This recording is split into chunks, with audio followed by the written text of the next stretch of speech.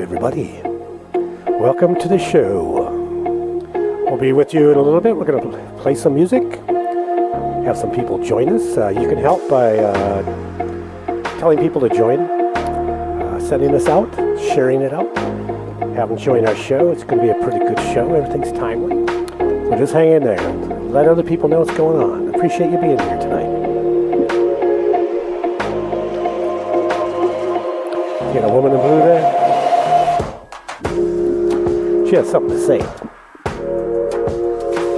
A couple of things. Couple things to say. We're streaming on Facebook Live. We're streaming on YouTube Live. And we're streaming on Twitch Live. The Mexican Crossing Lines on Twitch. Duke 1517 at YouTube. And 88.1 FM Fargo Moorhead on Facebook.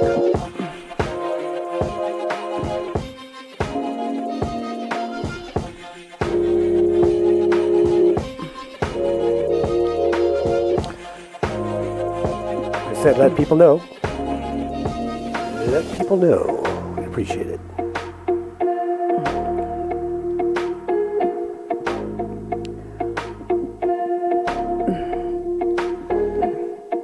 And here we go. Welcome everyone to Mexican Crossing Lines with your host Cindy Gomez-Schempp And Duke Gomez-Schempp. You're listening to 88.1 FM KPPPLP Fargo Moorhead, where we are adding local color to your airwaves. And today, I'm going to get to all of the new CDC guidelines. There really isn't that many. True. For those who are fully vaccinated, let me make that very clear. These are the new guidelines for those who are fully vaccinated. We're going to talk about what does that even mean? Yeah. What does fully vaccinated mean?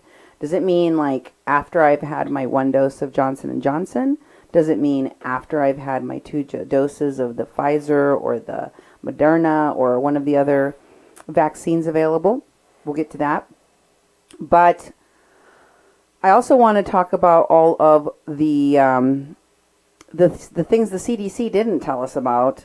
You know, they didn't give us guidance. Any new guidance on travel, for example, that's going to stay the same. In fact, a lot of things are going to stay the same when you're going to be around anybody that's not fully vaccinated. And that's causing a lot of commotion. People are confused. Some people that are angry about that, they're like, what? I mean, I've even had people ask, what's the point of even getting vaccinated?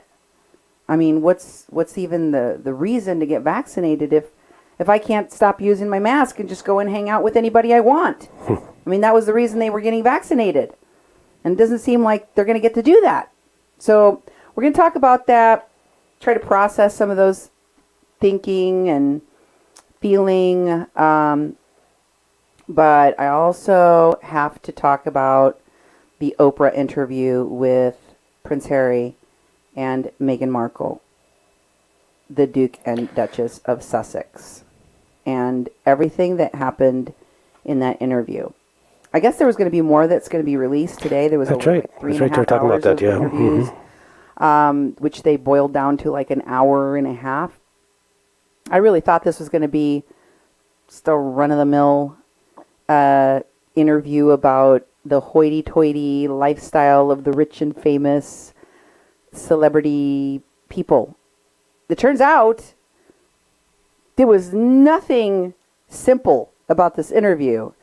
It was shocking what was revealed during the interview. I am assuming that the Crown, the institution, the firm, whatever they call themselves, all the people,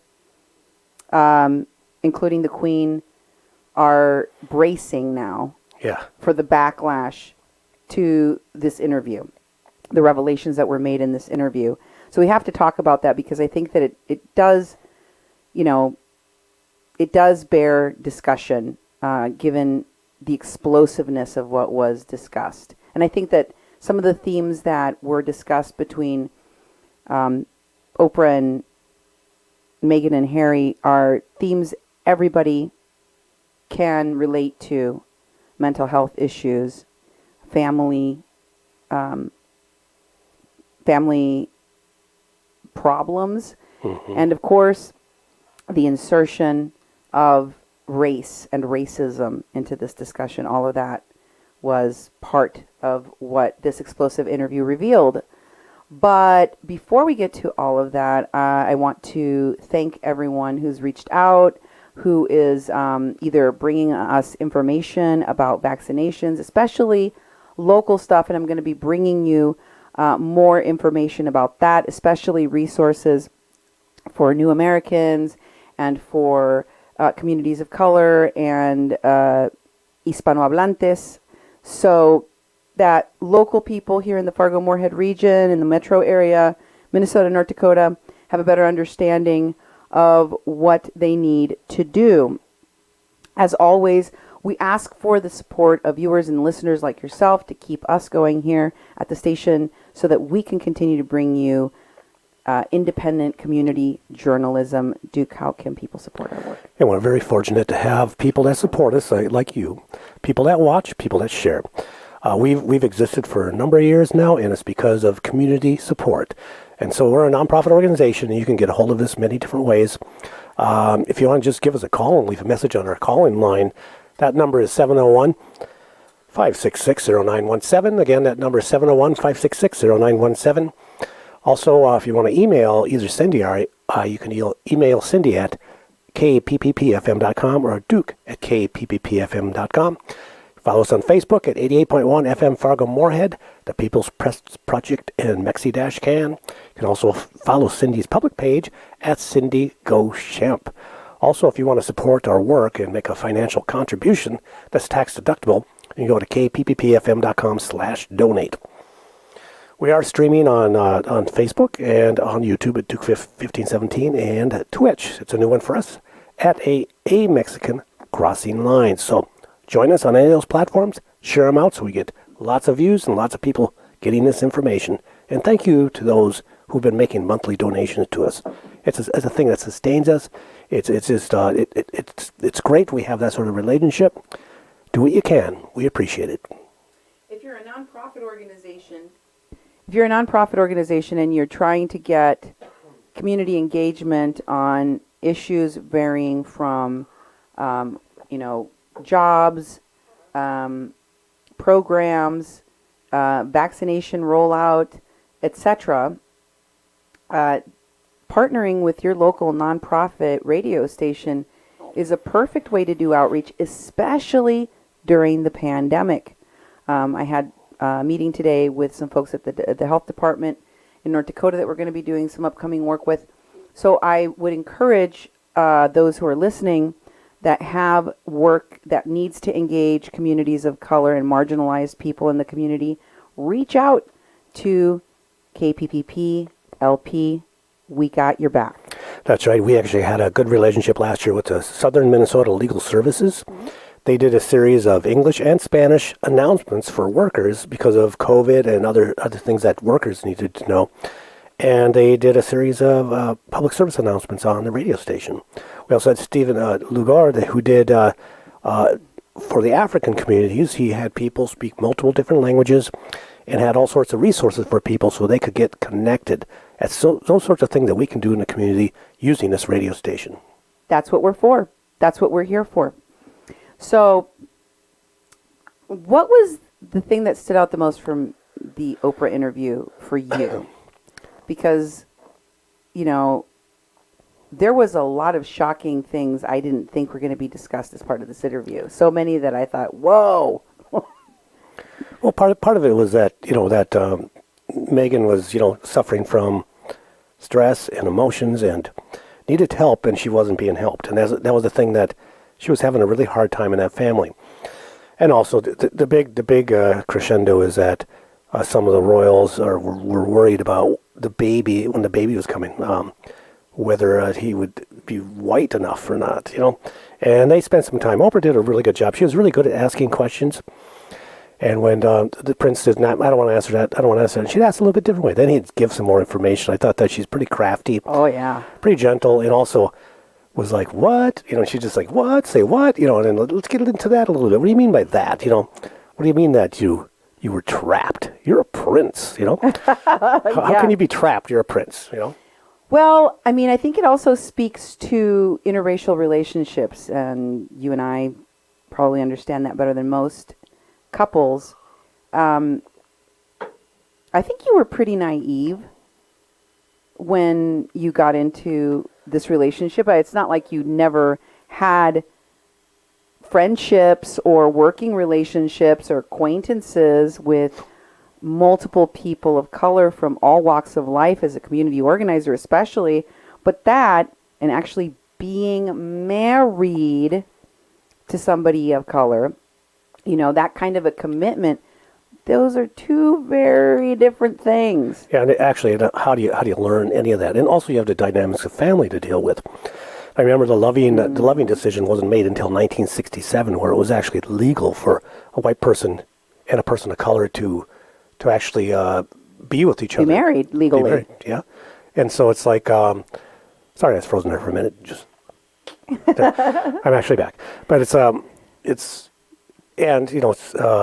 most of my family was born by then and had been trained and socialized in a whole different way. So it's like, where do you learn it? Where do you learn it from? You learn it from your life experience. When it comes to what they call mixed races, that most are doomed to fail. It's like 3/4 of all of them fail.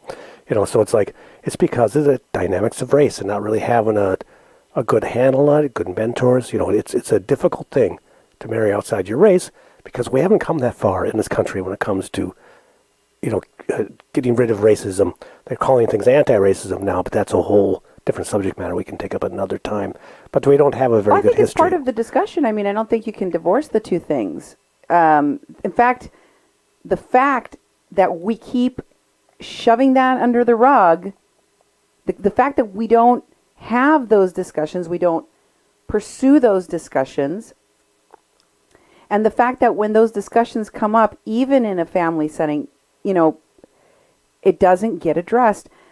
You made a very good point about the longevity of interracial relationships. They haven't been around that long, folks. They just haven't. That Loving decision, that happened within my lifetime. Yeah. And the fact that there's only been the ability to have interracial relationships in this country for that very short period of time, one generation, it leaves a lot of room where there's no playbook, there's no, history of how people address these issues within their family. There's no roadmap to dealing with these things. And for the most part, when these issues come up in the families, the disconnect and the defensiveness, especially of the white people in the family, to actually address any underlying racism, any underlying prejudice, is so discordant. It causes such a dissonance, a cognitive dissonance, that many folks will retreat, will run, will hide, they'll go in any other direction but the direction of confronting the problem. Because the stigma of having the prejudice, of being racist, is so high. People would rather be called anything or seen as anything except racist. Because somehow that stain disqualifies you from being in relationships with other humans, I guess. I don't really understand it.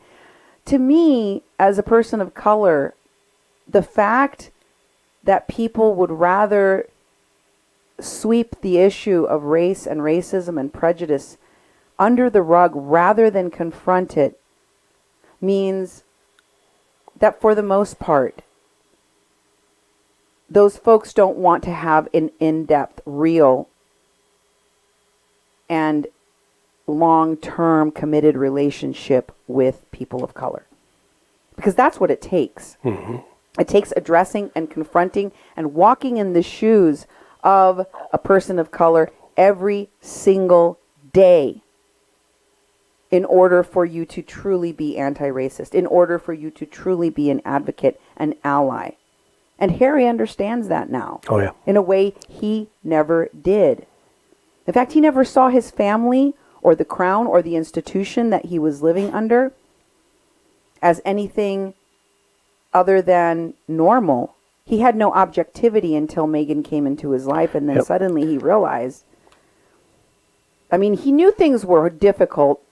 He saw his mother struggle with the media, with the way that she was judged, because she was an outsider, right? Yep. And especially with the way that she was pursued by the media, which, you know, many people in her family think that it led to her being killed. Yep. The unrelenting pursuit, you know, like they hunted her almost. And what he saw with the addition, he said, of social media and racism, he saw history repeating itself. I think he was referring to the fact that he could see how this was going to lead to his wife's demise, possibly. Yeah, and some of the things that they did to him, you know, when they took away security, you know, at the height of needing security. And they're like, nope, you don't get security no more. And it's like, so they're out there on their own. There's these royals out there on their own. And basically, you know, they don't have any protection. Well, here's the, you know, let me give some kind of summary of the events, which I think reveal things that might have been in question about the dealings of the crown and the queen with Harry and Meghan. Contrary to some of the things that have been said, especially in the United Kingdom media, about how Harry and Meghan broke off or left the family, was that, you know, they blindsided the crown, they blindsided the queen, they, you know, drastically made decisions and ran off, and you know, the crown was like, okay. What they said is that none of that happened. And if you go back and listen to the public announcement made by the queen, in her statement, she did say that after months of planning with everyone involved, together with Harry and Meghan, they had come to a conclusion that they would be going off. And she said she was very happy about how they had concluded things in a mutual agreement. And that mutual agreement was that while, you know, Harry and Meghan were sort of pulling back from their responsibilities, they were not ending those responsibilities. They were going to live in the Commonwealth of Canada. They were going to continue to work on a part-time basis as needed, as many other royals in the family do. And at some point while they were in Canada, their security was just cut off. Yep. Also, you know, they revealed that, you know, there was a lot of hardship leading up to the decision for them to pull back. And those included, of course, the attacks by the media, very racialized attacks against Meghan, very negative media against Meghan. That was very lopsided, especially in comparison to William's wife. And, you know, she had been told never to respond to anything publicly. Don't clear things up for people. Don't correct the media on their mistakes. Don't clear the record and say, I didn't make William's wife cry. Actually, this is what happened. She actually did explain what happened in the incident that I just referred to, where they claimed in the media that she made William's wife cry, and revealed that actually the opposite had happened, and that the story didn't come out until 7 or 8 months after the alleged incident occurred. And she was basically told never to respond to press criticism. The crown will do it for you. The institution will do it for you. We'll protect you. You don't need to protect yourself. You just, keep your head down and do what you're asked to do. And she did. And she also believed that they would take care of things. So as people were letting her know, as her friends were reading things in the media that were pretty damning to her character, to her person, to her family, etc., she would just kind of calm them down and tell them, don't worry about it, it's going to be fine. I said, they'll take care of it. Yeah, they're going to take care of me. But they weren't. No, she even said that they didn't teach her anything. She No. didn't teach her, what is the protocol for this? How do I do this? When do I speak? When don't I speak? How do I, do the different things when people come in? She had to learn it all herself, and she was They didn't given even no teach clues. her the national anthem. That's right. She had to learn that too. They didn't. If you imagine that when she became the Duchess of Essex and married the prince, and after the fairy tale wedding that we all saw on television, that somehow they whisked her away like in a Disney movie and put her, Julie Andrews came down and trained her how to be, how to walk and all that. None of that happened. Nobody came and took her under the wing. There was no fairy crown princess or fairy crown godmother that came and taught you what to do and how to be. And even though she said that the family initially embraced her, everyone in the family, the queen, everybody. As time went on, and there were some issues, some, even small misunderstandings, the way that they were blown up in the media and the way that she was kind of left out in the cold to just kind of deal with things on her own and suck it up. Suck it up. That's exactly what they told her when she revealed that she was suicidal, when she started, the depression, the mounting depression over time, and all of the the stress of it all was really just putting her in a very dark place. And she went to her husband. She went to the institution. She talked to high-ranking members of the family and said, I really need help. And they basically told her, you don't work for us. You're not a paid employee. We can't help you. People in the institutions of the crown and the family said, this is just what it is. This is how it is for everybody. Yeah. You just kind of have to deal with it. And I don't think that they really took into account this isn't what it is for everyone, because there's never been a mixed race woman in the royal family. There's never been somebody that's had to deal with this level of stress, this level of attacks, racialized attacks toward them in history. It hasn't happened to anybody. So I think that the crown kind of, fell asleep there, and they have a lot to answer for. I think people are going to be very upset. And of course, people here in America, they probably listen to this going, who cares? Yeah. Who even cares about what's happening to Meghan Markle and Harry? And I don't care about the crown. I don't care about, we separated from the crown. Yeah. Right? We're Americans. We don't care about them.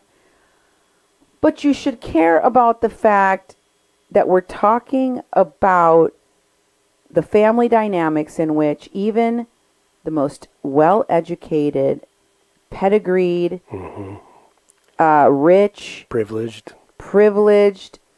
Informed people on the planet can have underlying, right under the surface, underlying prejudice and racism that paralyzes their ability to be humane and kind to their own members of their family. Meghan, Archie, the new baby.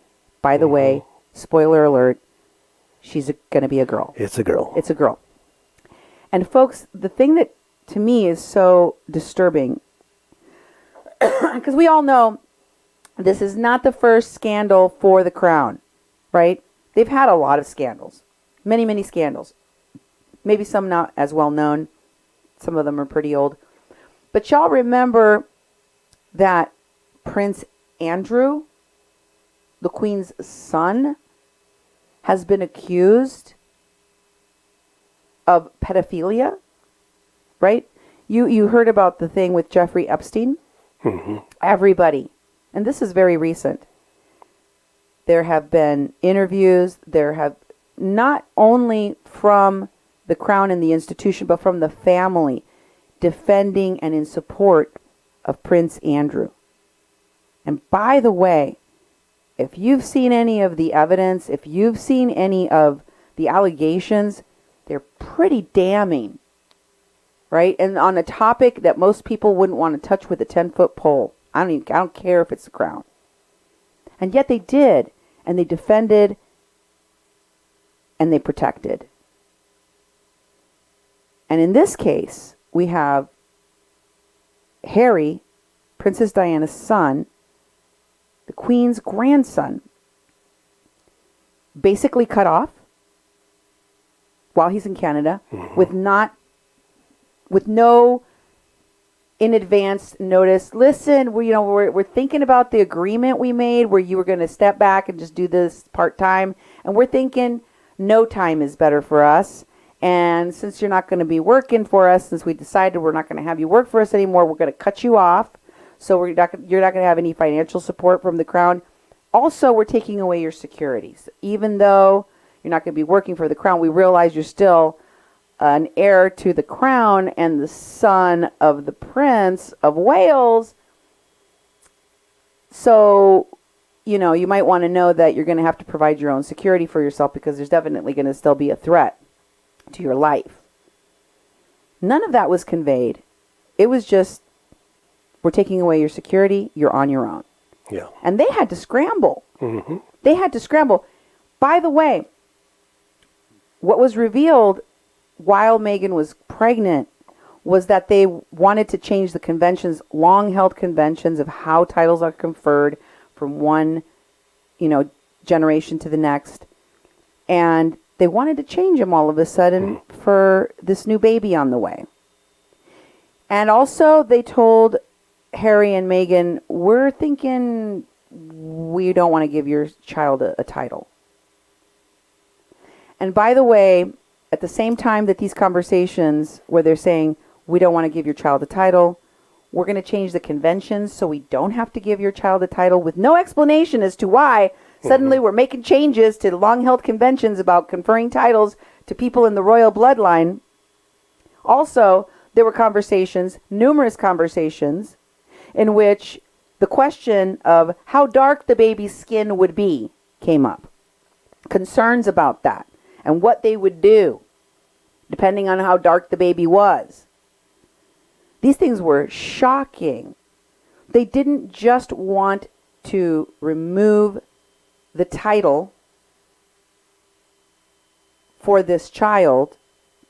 They wanted to remove any security for this child, and then they did for his father. Yeah. Meghan actually called. She was so distraught by this, she called and said, please do what you have to with me and my children. I can understand, and I will respect that you don't want to give us any further security. But don't do that to my husband, because he's had to deal with the death threats. Because he married a mixed race woman. Mm-hmm. And guess what the crown said? Sorry, better luck next time. Oh, jeez. Those are the hard things, And here's something that, I don't think that people are talking enough about, because this is just stunning. And I think it should embarrass the hell out of the crown and out of the queen. It should embarrass them. I would be embarrassed right now. What was revealed was that once the security detail, once they were informed, they had to scramble. And what they did was they moved to Los Angeles. Mm-hmm. And guess where they moved? They moved into the house of Tyler Perry. Actor, comedian, Tyler Perry offered his home and offered to provide security for Prince Harry and Meghan Markle, for the Duke and Duchess of Essex and their child. And he did so for months. Think about that. Yeah. This is Tyler Perry, the descendant of an enslaved African. We're talking about the UK, whose kingdom the sun did not set on. It was so vast that kept and enslaved people through colonialism for how long? They exile their grandchild, his wife, and their great-grandchild. And a descendant of an enslaved African saves them, Yep. provides them food, shelter, and security for a number of months because the Queen of England and her company, family, firm, institution refused. Let that sink in. Let it sink in. Okay, so let's get to the COVID. Let's get to the COVID guidelines. These are the new CDC guidelines under the vaccinated people only category. So if you've only had one vaccination, such as myself, I've had one shot of Moderna, you're not fully vaccinated. And even once you've had your second shot, you have to wait a period, I think it's like 10 to 14 days after, for it to achieve, a certain percentage of efficacy at stopping the virus from making you seriously ill. As we've learned, the longer after you've had both of the shots that you wait, the greater the efficacy is. It goes up over time. But then it might also diminish over a period of months' time, and we don't know how long that is yet. And it could be different in different people's bodies. We don't know. What we do know is that, for example, 56 days after you've taken the Johnson & Johnson single-dose shot, the efficacy is all the way up to 90+%. So if you get the one shot of the Johnson & Johnson vaccination, you might think, hey, I'm all done. Can I go and do everything now? No, you can't. Because the efficacy of your Johnson & Johnson shot to keep you from getting seriously ill or being hospitalized from COVID isn't going to reach its maximum until 56 days after you took it. So you got a ways to wait, right? So what does that mean? For those of you who have already had your 2 shots and you've waited that period out so that the efficacy is up here, does that mean you can't get COVID anymore? No, you can still get COVID. Does it mean that you're not going to get seriously ill? Yes, it means that 90+% of the time that people that get COVID once they've been vaccinated will be either asymptomatic or will have very mild symptoms and not have to be hospitalized. But there's that 7 to 10% chance that even with a vaccination, you might still get seriously sick. You might still have to go to the hospital. There is no guarantee with any medical treatment or any vaccination that exists under the sun that says 100% of the time, if you've taken this vaccine, you are going to be free from getting illness. I know this because I've taken the flu shot every year. I still get the flu a lot. Those things are not very effective. I don't get the flu shot, and I don't get the flu. Yeah, but when you get the flu, or when you get sick, you don't hardly get sick. First of all, your immune system is very robust. And when you do get sick, you don't get seriously sick that you have to be hospitalized. True. Whereas I do. So vaccinating myself against getting more seriously ill is always an intelligent thing for me to do. And I think that still remains true for anybody that has underlying conditions like diabetes, heart, any kind of heart disease, obesity. Plus, the older we get, the more we come down with things, and our immune systems start to change, and we can end up with different things, and that sort of stuff. So it's like you can't think so temporary right now. We have to think about our futures too. Exactly.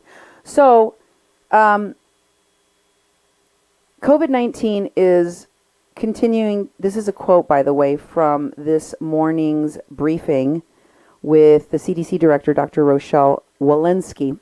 She said, COVID continues to exert a tremendous toll on our nation. Like you, I want to be able to return to everyday activities and engage with friends, family, and the community. Science and the protection of public health must guide us as we begin to resume these activities. Today's action with these new CDC guidelines represents an important first step.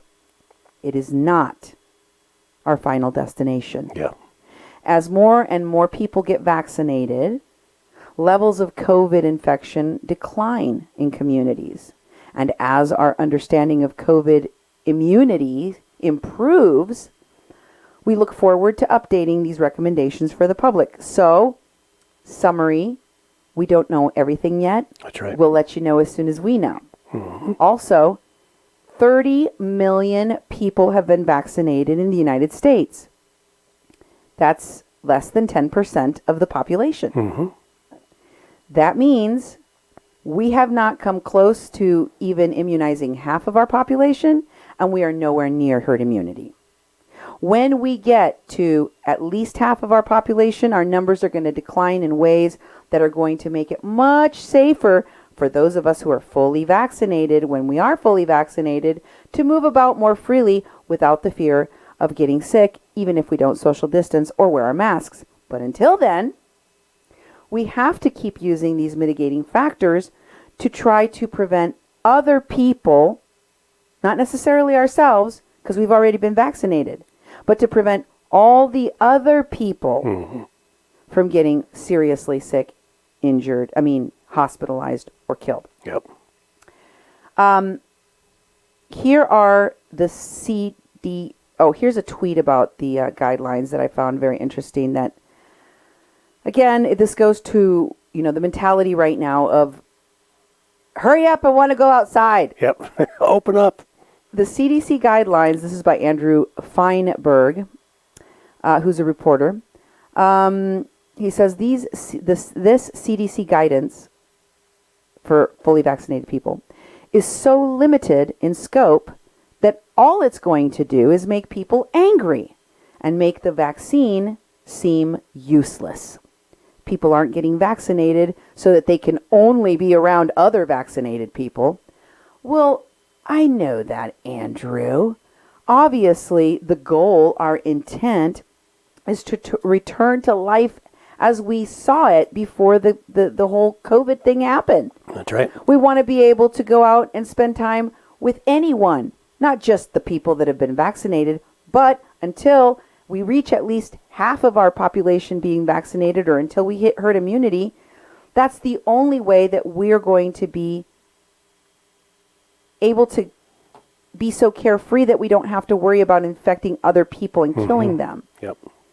But I guess for a lot of people, that's never been a concern. There's a lot of people out there who refuse to mask, who refuse to social distance because of their freedoms. They've never really given a rip about who they infect or who they kill. So is this CDC guidance going to tie those people's hands? Are they somehow going to turn into upstanding citizens that care about their neighbor? No. It's incumbent upon businesses, especially in those states that have risked, lifting all their mitigation factors and putting people at risk.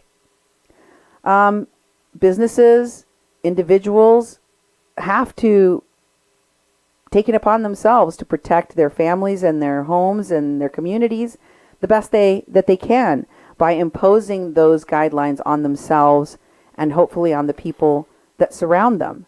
I don't let anybody come near me that doesn't wear a mask. So if you want your freedoms, you can't have my friendship. That's right. If you want my company, you're going to have to wear a mask. You're going to have to be social distance. And if you want to have a face-to-face with me in my home anytime in the near future, you're going to have to be fully vaccinated. Yes, I will look at the card. It's the only way that I'm going to feel safe. Why? Because I have too much at risk. So let's take a look at what you can do. Here's what you can do. Everybody wants to know what they can do. Yep. This is pretty cool, though. Here's the new CDC guidelines. If you're fully vaccinated, and that means, once again, after the 10 to 14 days from your second shot, if you had 2 shots, and about 50 some days after the Johnson & Johnson shot, okay? That's when you're fully vaccinated. That's when you're protected the most. You can then visit other vaccinated people, including indoors, without using a mask and without physical distancing. That means you can touch, you can shake hands. I would still recommend vigorous hand washing. Yep. And avoiding touching your face and all of that good stuff. I mean, we don't have to give up that, right? Visit indoors with unvaccinated people from a single household without masks or physical distancing, if the unvaccinated people are at low risk for severe disease. Okay? So, you can visit other vaccinated people indoors and you don't have to mask or social distance. You can also visit one other household, a single household, not multiple households, not, people from different households all together that are unvaccinated. One household from a single household that doesn't have vaccination, that are low risk for severe disease. So maybe a young family with kids or something. I don't feel comfortable going and visiting unvaccinated people without using a mask and without social distancing until I know that we've hit herd immunity or that we've hit that point where the number of people getting severely sick and hospitalized from this is way below. You know how many cases we're still having a day? Over 60,000 a day. Yep. That's too many. If we're going out there and we know that there's the risk for those unvaccinated people, that they're, we still have high numbers of infections, high numbers of hospitalizations, I'm not going to put another person at risk. I don't need to see anybody all that much. That's right. I mean, I have that urgency. Okay, let's look at the last points here. Here's the other things you can do. If you come into contact with someone that for sure has COVID, okay, you can skip going into quarantine. If you're fully vaccinated and you've waited that period of time after your vaccination, then you don't have to go into quarantine if you come into contact with someone with COVID. And you don't have to test. You can skip the quarantine and the testing. And this is only, if you have no symptoms, okay? Right. You come into contact, you know the person had COVID. You don't have to get a test to prove that you don't have COVID. You don't have to quarantine, but you should monitor your symptoms. If you become symptomatic, then you should seek treatment for COVID. Yep. You can get treatment for COVID. And guys, let me tell you, there are new treatments, new therapeutics that are coming out every single day. Therapeutics are advancing all the time. There was an antidepressant on last night's news that is now being tested, has been clinically tested, and they're putting into larger clinical tests that helped reduce, everyone that took it so far didn't get hospitalized. Wow. Because it stops that massive inflammation that we see that attacks the lungs. So there's lots of other therapeutics that are coming out that are going to help people avoid getting seriously ill, and that are going to be treatments. COVID-19 and these CDC guidelines, this is only for people that are fully vaccinated and those who are 2 weeks past their second dose of Moderna and Pfizer vaccines, or 2 weeks past a single dose of the Johnson & Johnson vaccine. Remember I said you reach your 90 plus percentile of protection with the Johnson & Johnson vaccine at 50 some days. So even though you can go out after 2 weeks, you're not really up in that high percentile of protection. There is growing evidence that people who are vaccinated don't spread COVID-19. But it's not conclusive yet, Duke. Oh, yeah. Okay, it seems like so far, if you've been vaccinated twice, you can't spread it. But scientists are still trying to understand how long that lasts. Okay?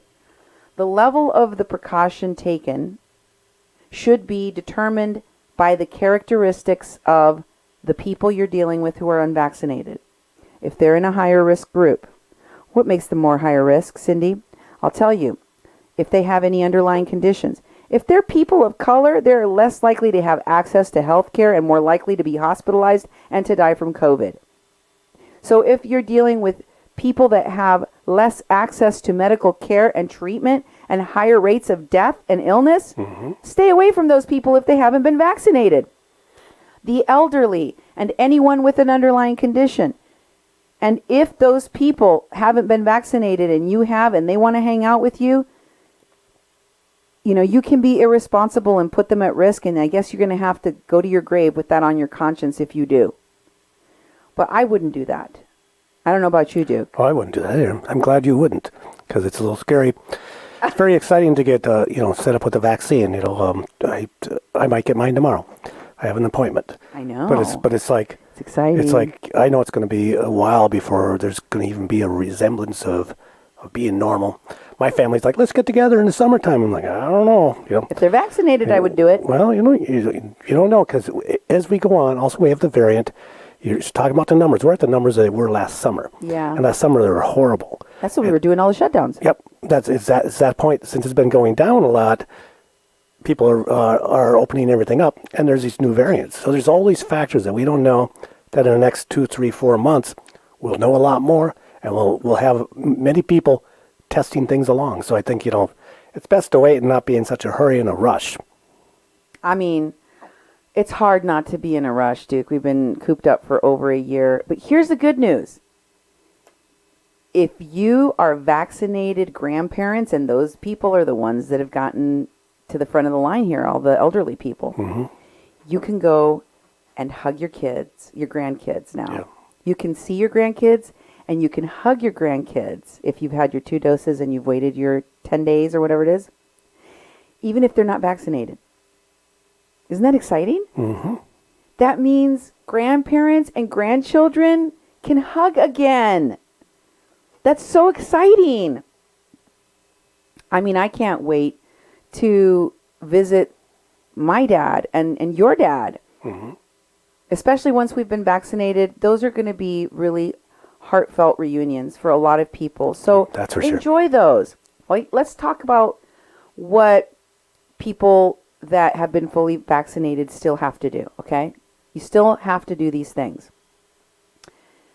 Even if you're fully vaccinated, you still have to wear a mask and social distance around those who aren't vaccinated, okay? Or if an unvaccinated person has a household member, let's say the unvaccinated person you want to hang out with isn't at high risk, right? But they live with an elderly person who is. Yep. Or they live with a person that has an underlying condition who is. Or they live with a person that is a frontline worker. Those people, we should be protecting them. These are people we feel comfortable calling heroes on the one hand, but who we are not doing enough to protect on the other hand. Mm-hmm. Okay, so what else do you have to do? You have to wear a mask and physical distance when you're visiting any unvaccinated people who are from multiple households. I think that's self-explanatory, right? Yep. If you're visiting with any person that is going into multiple households and they're unvaccinated, that means they have the potential of putting so many people at risk if they get it from you. That's right. And remember, just because you're vaccinated doesn't mean you can't still get it and transmit it. That's right. You won't maybe even feel it. You may be asymptomatic and spreading it to other people. But what we don't want to have is for an unvaccinated person that you met with who may not even have symptoms, may not get seriously ill, to spread it to vulnerable people who can get very sick and die. Mm-hmm. Okay, here's the last part. Fully vaccinated people have to continue to take basic safety precautions, including wearing a mask, one that fits well, keeping your social distance in public places.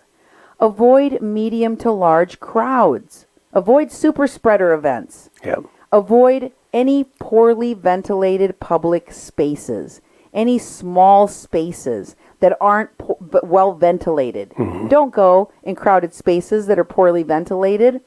And wash your hands. Keep washing your hands. I hope we don't all go back to being slobs that barely wash our hands. That's right. And spread. I mean, we got rid of the flu this year, Duke. That's right. We That's right. barely had any cases at all. We eradicated the flu. How did we do that if masks don't work? True. They obviously work. So, there are some things that the coronavirus has taught us. One of them is we're dirty, dirty people that don't wash our hands nearly enough as we should. I don't know that I necessarily want to get up in people's faces and I don't know, like. They're also suggesting that you get tested. If you feel sick, even though you've been vaccinated, go get a COVID test. Oh, yes, because don't you want to know if you're spreading it? Mm-hmm. Exactly. If you're in contact with someone that has it, even if you've been vaccinated, there's free tests everywhere now. You can even get them delivered to your house, as we learned. So get tested, find out, and take the appropriate precautions to make sure that you don't spread it. Okay. Now, a lot of people, they've been waiting to get vaccinated because they want to go on a trip. That's right. They want to get out. They want to go and, get on a plane and fly to Cancun like Ted Cruz. Folks, I'm sorry to tell you, it is not time to travel yet. I hate to be the bearer of bad news. It's not going to be forever, but it's not time to travel. The coronavirus restrictions on travel are exactly the same. Every air passenger coming to the U.S., including U.S. citizens, are required to show a negative test. If you fly anywhere else, if you go to Mexico, you're going to have to get a COVID test in Mexico. If you go to the UK, you're going to have to find and get a COVID test in the UK, wherever you go. And you're going to have to show that you are negative before returning to the United States. And if you're not negative, you have to quarantine in that other country before you can enter the United States. Mm-hmm. Okay? You have to show documentation of your recovery from COVID before you can board a flight. So, masks are still required on every plane, train, and automobile, on every form of public transportation, bus, anything. Anything within or out of the United States and in U.S. transportation hubs such as airports and stations, you must wear a mask. Yep. Still. And the CDC does not want you to travel right now. They want you to avoid traveling. Yes, interstate traveling. Yes, traveling anywhere. They want you to avoid traveling. They want you to stay home. They want you to stay home, folks. Right now, we are on high alert.